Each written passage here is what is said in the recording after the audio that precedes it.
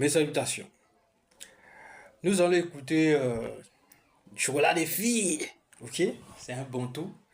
Et d'ailleurs, ce frère-là, il a une mission que le Tout-Puissant l'avait donnée. Ok?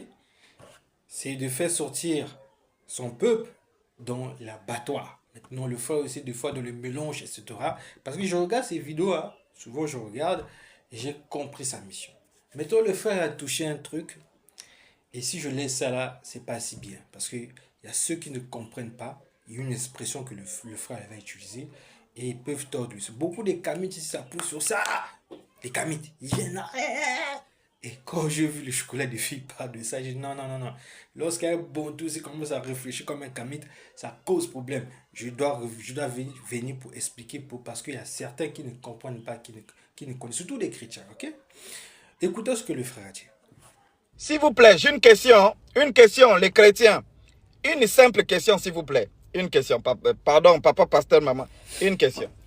Genèse chapitre 1. Bon, Il est écrit, la Bible lui second. Au commencement, Dieu créa les cieux et la terre. La terre était informe et vide, et l'Esprit de Dieu se mouvait au-dessus des eaux.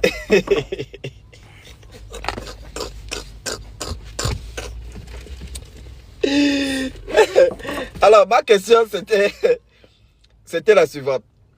L'esprit de l'eau, où l'Esprit de Dieu se lavait là, parce qu'il se lavait, il ne s'était pas lavé. L'eau où l'Esprit de Dieu se lavait là, hein, qui avait créé l'eau là.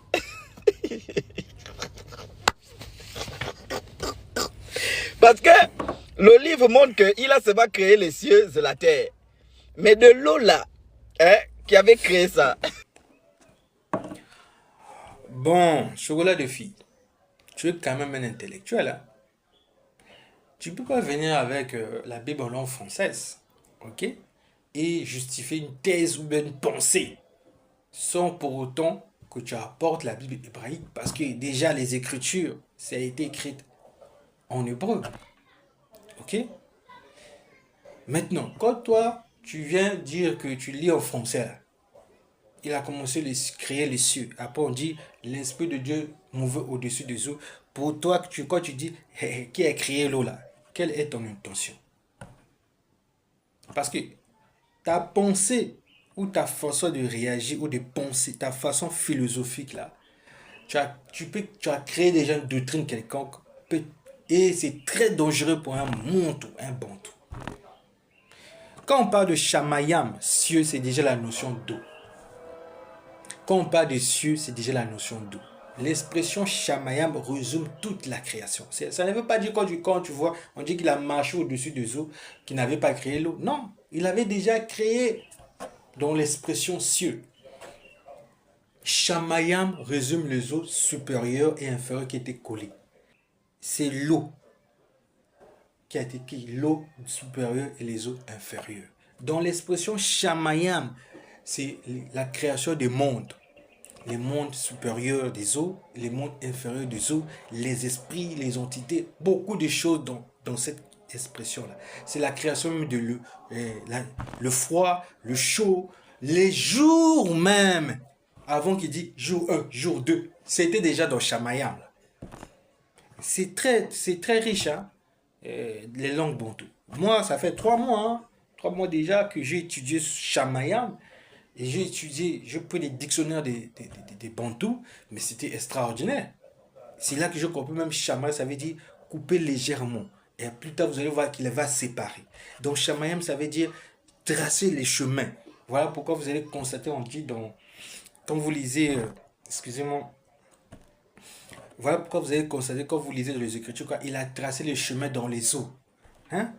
Donc, Shamayam, c'est aussi quoi? Marcher au-dessus, chez les bons. Donc, c'est extraordinaire. Donc, ce n'est pas un hasard que vous constatez dans la Bible, on dit que sur l'esprit marcher au-dessus des eaux. Non, c'était une prophétie. Ok?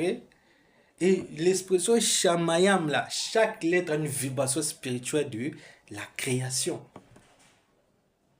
Donc, l'expression Shamayam, là, résume beaucoup de choses.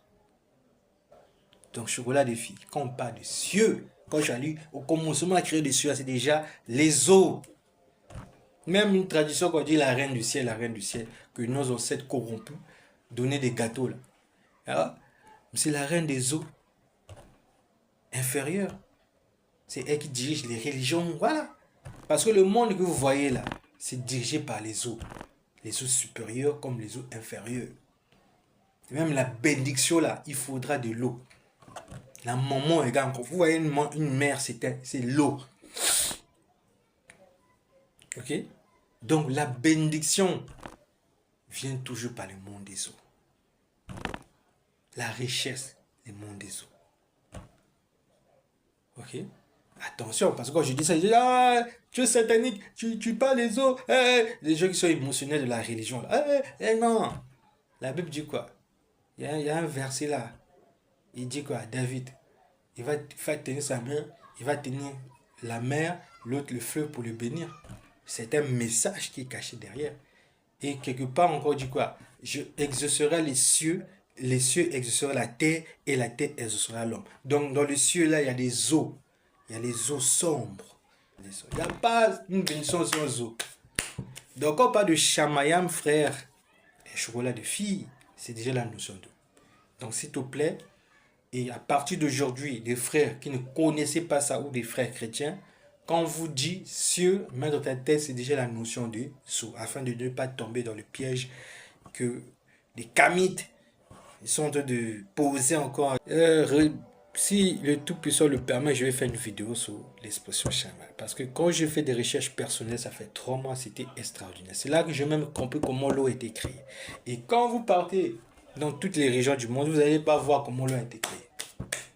Seuls les Bantous. Voilà pourquoi je demande aux frères et sœurs qui parlent hébreu là.